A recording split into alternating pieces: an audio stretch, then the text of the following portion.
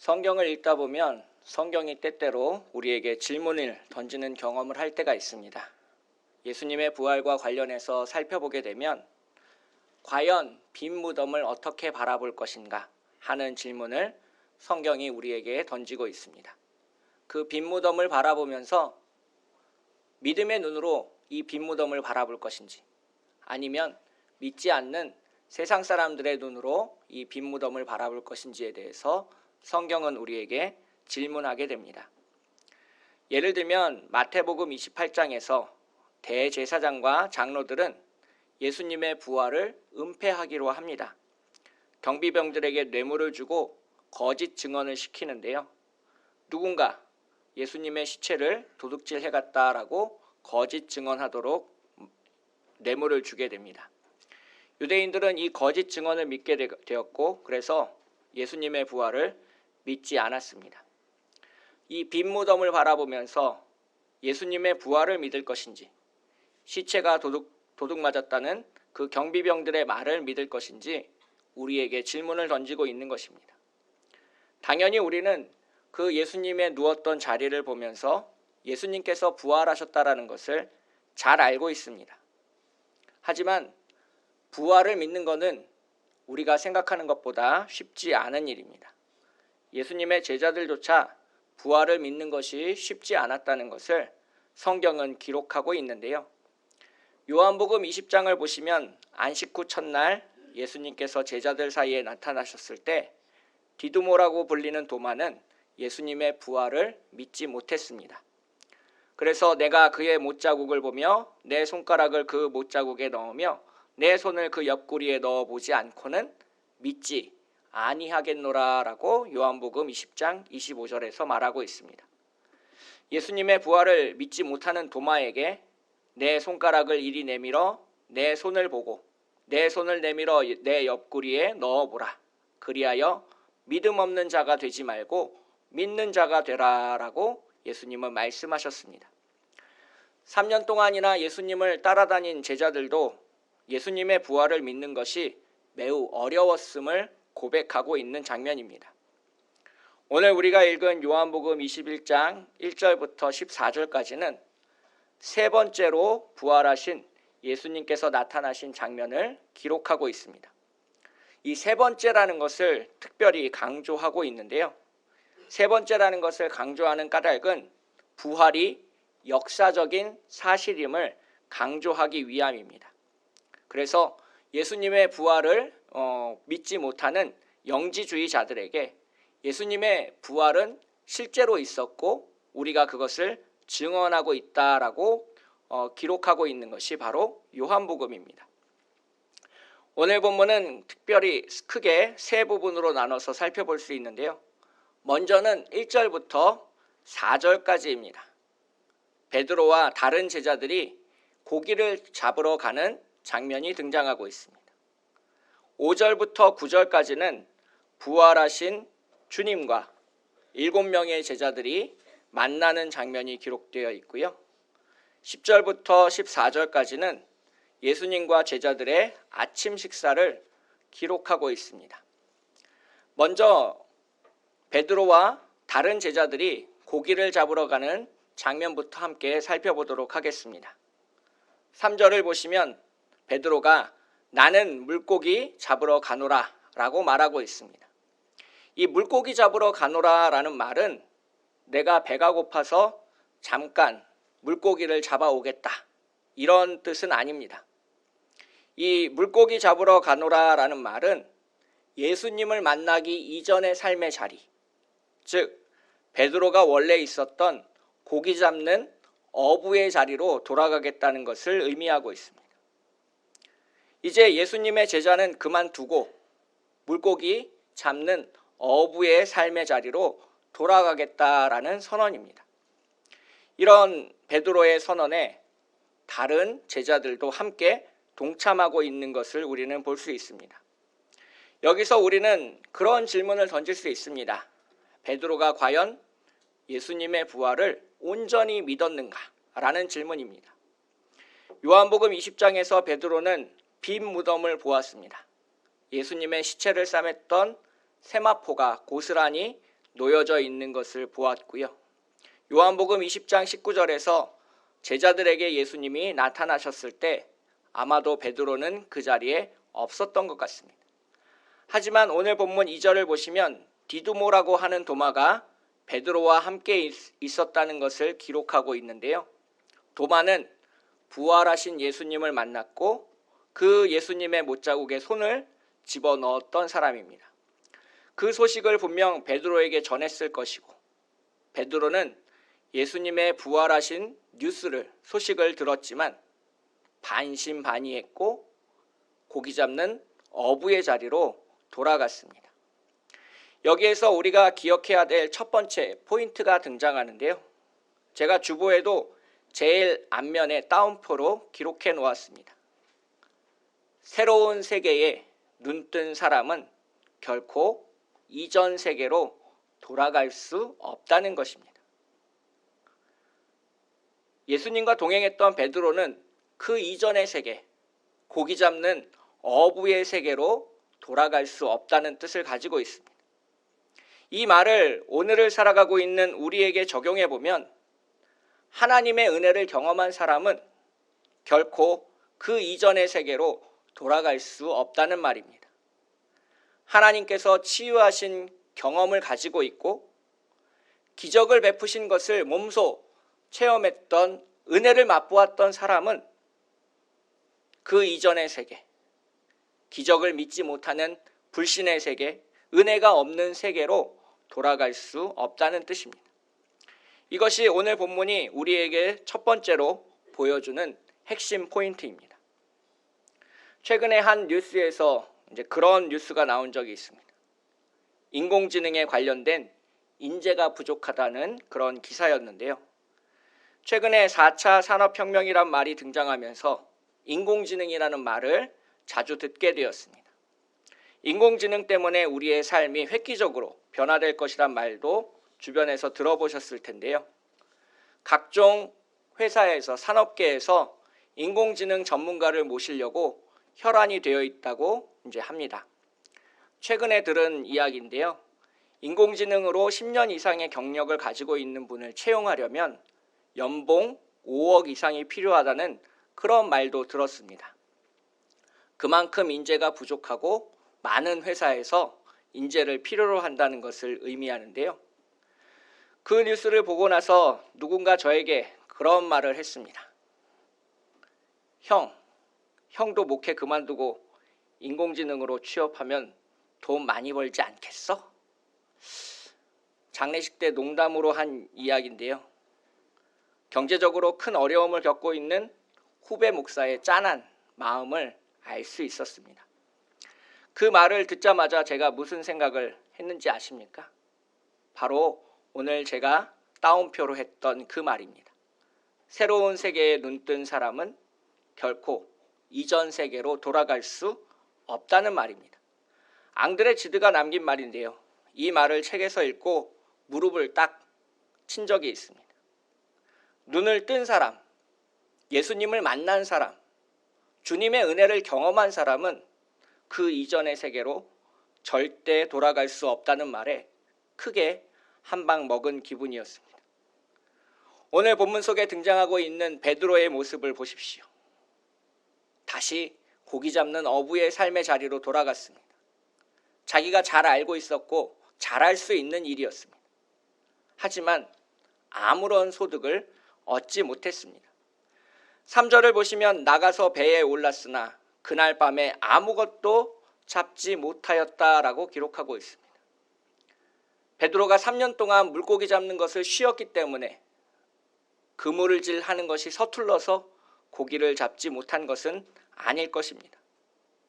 베드로가 고기를 잡지 못한 까닭은 딱 한 가지입니다. 하나님이 원하지 않으셨기 때문에 그렇습니다. 베드로가 다시 물고기를 잡는 삶의 자리로 돌아가는 것을 하나님께서 뜻하지 않으셨기 때문에 그렇습니다. 예수님과 동행하면서 기적을 보고 오병이어를 맛보고 죽은 나사로가 살아나는 것을 경험한 베드로는 주님을 만나기 이전의 세계, 그 세계로 돌아가는 것이 허락되지 않았습니다. 그 이전의 세계로 돌아가려고 하는 베드로의 노력은 아무런 결과를 얻지 못하는 그러한 일을 오늘 본문에서 우리는 볼 수 있습니다. 우리의 삶에서도 마찬가지입니다. 내가 최선을 다하고 노력하는데 아무런 소득이 주어지지 않을 때가 있습니다. 분명히 주님을 믿고 열심히 일했는데도 불구하고 내 손에 주어지는 것이 아무것도 없는 때가 있습니다. 그런 때는 우리가 한번 우리 자신을 점검해 보아야 됩니다. 주님을 만나기 이전의 상태로 되돌아가고 있는 것은 아닌지, 그래서 주님께서 우리에게 아무런 소득을 주시지 않는 것은 아닌지 한번 되짚어 물어볼 필요가 있습니다. 그렇게 실패하고 낙담하고 좌절한 제자들 앞에 예수님은 나타나셨습니다. 이 4절에서 예수님이 나타나셨지만 제자들은 주님을 알아보지 못했습니다. 새벽 미명이라 너무 어두워서 그랬을 것이다 라고 추측해 보지만 본질적으로는 예수님의 부활을 마음속으로 믿지 못했기 때문에 일어난 일입니다. 부활하신 예수님이 지금 함께하고 계시지만 알아보지 못한다. 이것이 지금 베드로와 다른 제자들의 영적인 상태입니다. 이전의 세계로 돌아가려고 노력하는 제자들은 부활하신 예수님을 알아보지 못하는 것입니다. 예수님을 알아보지 못하는 제자들은 두 가지 차원에서 실패를 경험하고 있습니다. 육체적인 실패와 영적인 실패입니다. 육체적으로는 물고기가 하나도 잡히지 않는 그런 상황입니다. 밤새도록 수고하여도 한 마리도 잡지 못하고 있습니다. 영적으로는 눈앞에 계신 예수님을 알아보지 못하는 실패입니다. 이처럼 이전의 세계로 돌아가려는 제자들은 영적으로 그리고 육체적으로 실패를 경험하고 있습니다. 그렇게 실패하고 낙담한 제자들에게 예수님이 말씀하십니다. 얘들아, 너희에게 고기가 있느냐? 여기서 우리는 예수님이 제자들을 향하여 어린아이들이라고 표현하는 부분을 유심히 살펴볼 필요가 있습니다.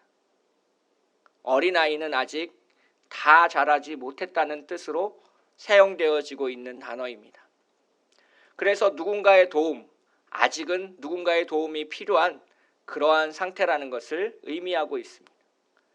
부활을 완전히 믿지 못해서 고기잡이의 삶으로 돌아온 제자들에게 예수님은 어린아이들이라고 부르시고 계신 것입니다. 너희가 아직 온전히 제자가 되지 못하였다. 주님을 온전히 믿지 못하였다라는 것을 우리는 얘들아, 어린아이들이라고 부르는 예수님의 말씀에서 알 수 있습니다. 예수님의 말씀 가운데 제자들은 자신들에게 아무런 소득이 없다는 것을 고백하고 있습니다. 주님을 만나기 이전의 상태로 돌아갔는데 차라리 많은 물고기라도 잡았으면 좋았을 것을. 아무런 소득이 없는 제자들, 그리고 실패한 제자들, 주님을 알아보지 못하는 제자들에게 저 같으면 많이 화가 났을 것 같습니다. 그런데 예수님은 그 실패한 제자들을 책망하지 않으셨습니다. 대신 그들이 가지고 있는 문제를 해결해 주셨습니다. 고기를 잡게 해주신 것입니다. 배 오른편에 던지라. 그리하면 잡으리라. 그들이 밤새도록 잡으려고 노력했던 물고기는 아주 가까이 있었습니다. 오른편에 그물만 내리면 잡을 수 있는 상황이었습니다. 하지만 그들은 한 마리도 잡지 못했습니다. 왜 그렇습니까? 물고기를 잡는 것이 인간의 노력에 달려있는 것이 아니라 예수님의 권능 아래 놓여있기 때문입니다. 하나님의 아들 예수 그리스도의 말씀 없이는 한 마리의 물고기도 잡을 수 없는 것이 지금 제자들의 현실입니다.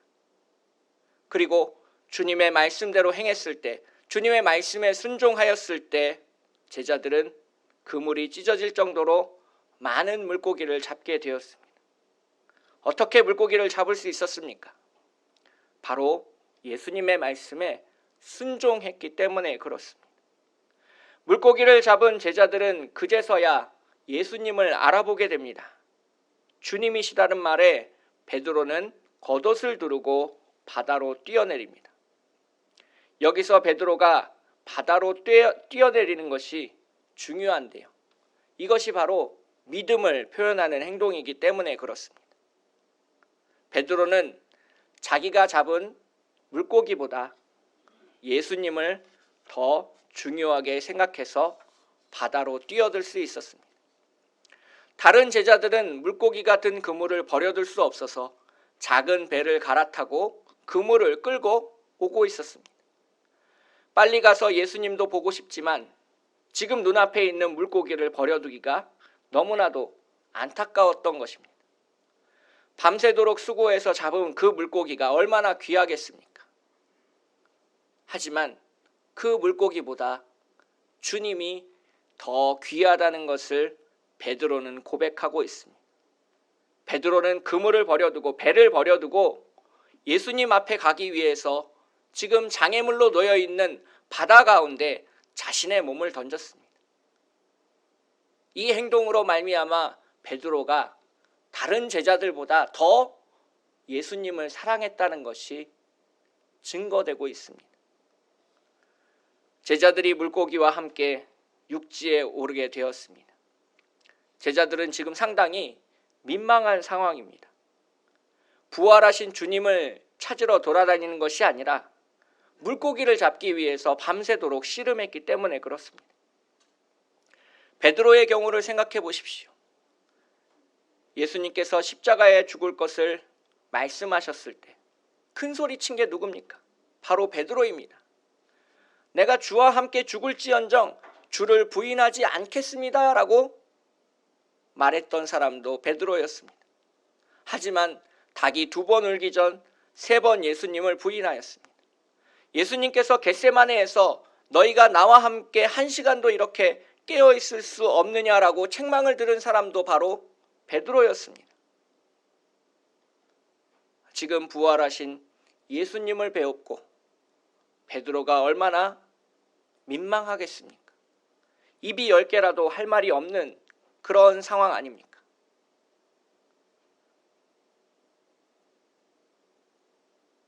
보통 이런 상황이라면 많이 혼을 내고 화를 내고 꾸짖어야 정상입니다.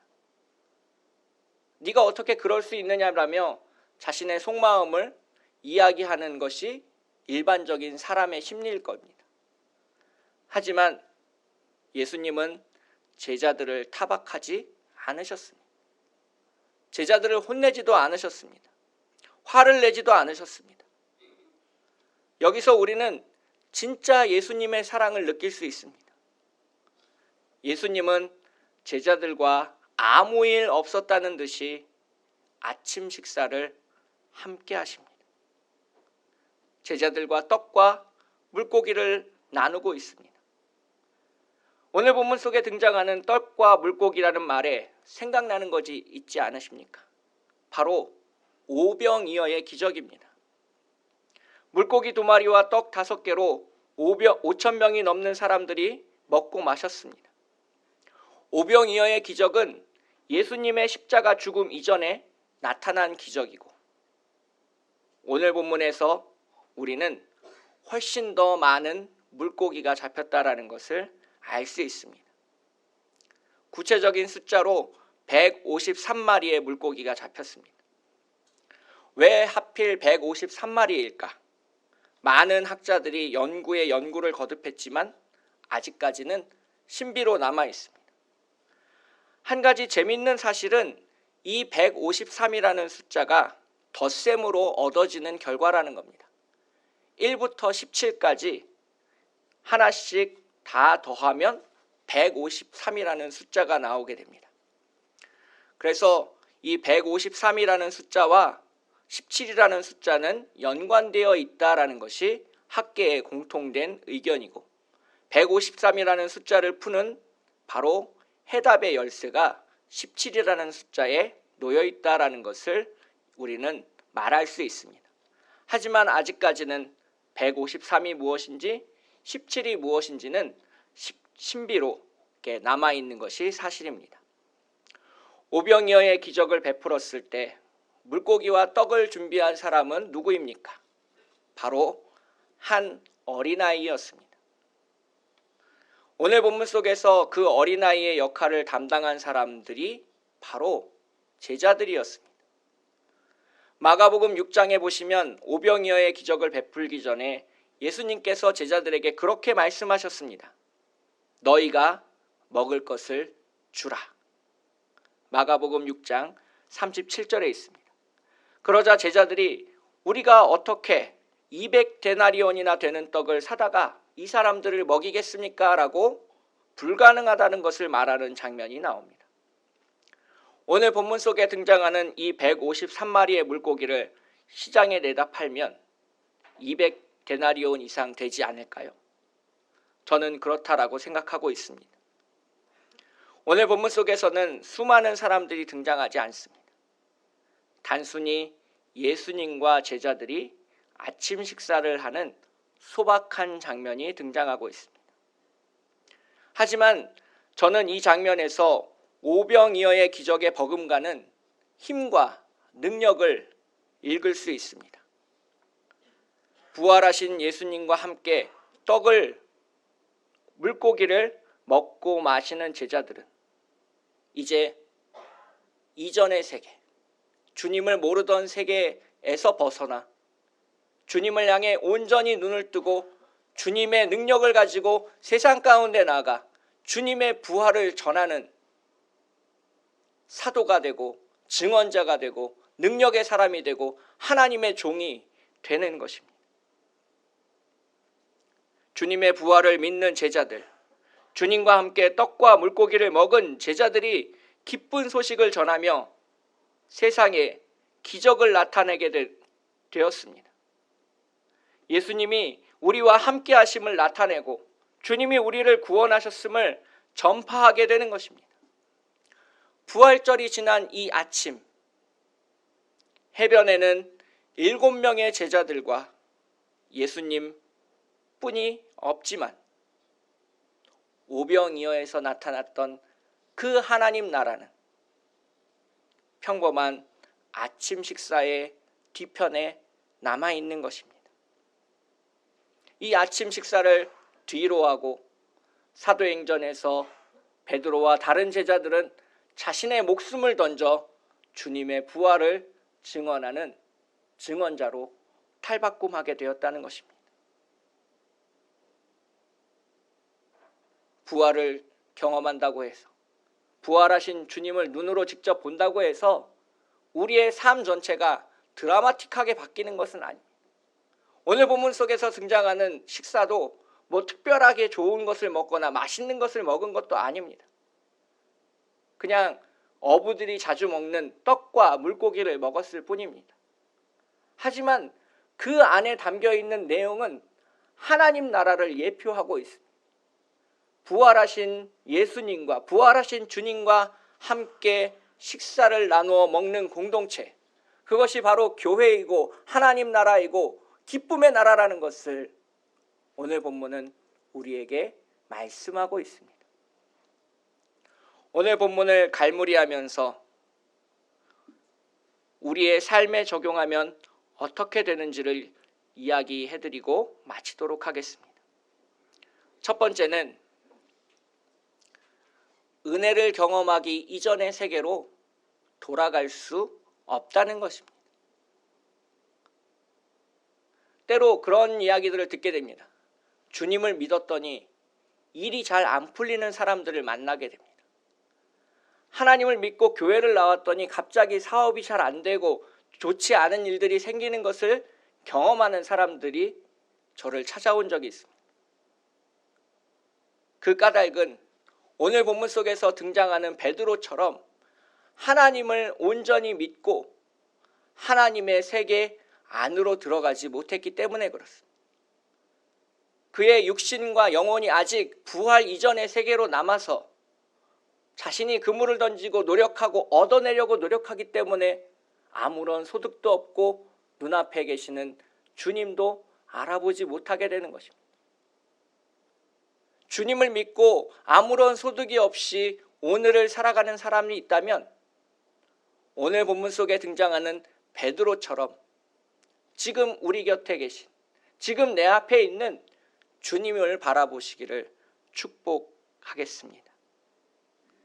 그래서 세상 가운데에서의 실패는 주님이 우리에게 눈을 뜨게 하시는 도구가 될 수 있습니다.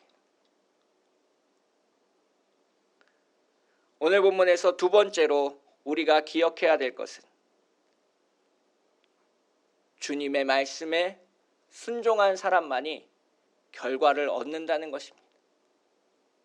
자기 힘으로 노력했을 때는 밤새도록 아무것도 얻지 못하였던 베드로와 제자들은 배 오른편에 그물을 내리라는 주님의 말씀을 듣고 나서야, 그 말씀에 순종하고 나서야 물고기를 얻을 수 있었습니다. 정말 우리가 간절히 원하는 것이 있고 구하는 것이 있다면 우리의 노력으로 최선을 다하고 문제를 해결하기 위해서 부딪히기 전에 오늘 본문 속에서 말씀하시는 것처럼 주님이 우리에게, 나에게 말씀하시는 것이 무엇인지 들으려고 노력해야 된다는 것입니다. 그래서 그 말씀에 순종하며 살아가도록 우리는 기도하고 애쓰고 하나님의 말씀을 찾아야 할 필요가 있다는 겁니다. 마지막으로 세 번째는 부활하신 예수님과 함께 식사를 나누는 소박한 공동체가 하나님 나라를 예표하는 교회라는 것입니다. 오늘 본문 속에 등장하는 베드로와 나머지 제자들은 드라마틱하게 변한 삶을 살지 않았습니다. 부활하신 주님과 함께 만나고 단순히 아주 소박한 아침 식사를 나눴을 뿐입니다. 하지만 하나님 나라의 씨앗은 그 아침 식사 속에 있었고, 나중에 사도행전에서 많은 사람들, 3,000명, 5,000명이 되는 사람들을 회개시킬 수 있는 그 힘과 능력도 오늘 본문 속에 등장하는 소박한 아침 식사 속에 있었다는 겁니다. 그래서 오늘 설교 제목을 부활의 일상으로 정했습니다. 주님을 만나고 주님을 경험한다고 해서 우리의 일상이 확 바뀌진 않습니다. 하지만 우리의 삶 가운데 주님이 계신다면 그 삶은, 그 식사는 능력의 식사가 될 것이고 하나님 나라의 일이 될 것이고 주님께서 함께 하시는 아름다운 하루가 될 것입니다. 그것을 믿고 주님과 함께 동행하시고 주님의 말씀을 들으시며 나아가시는 우리 모두가 되시기를 축복하겠습니다.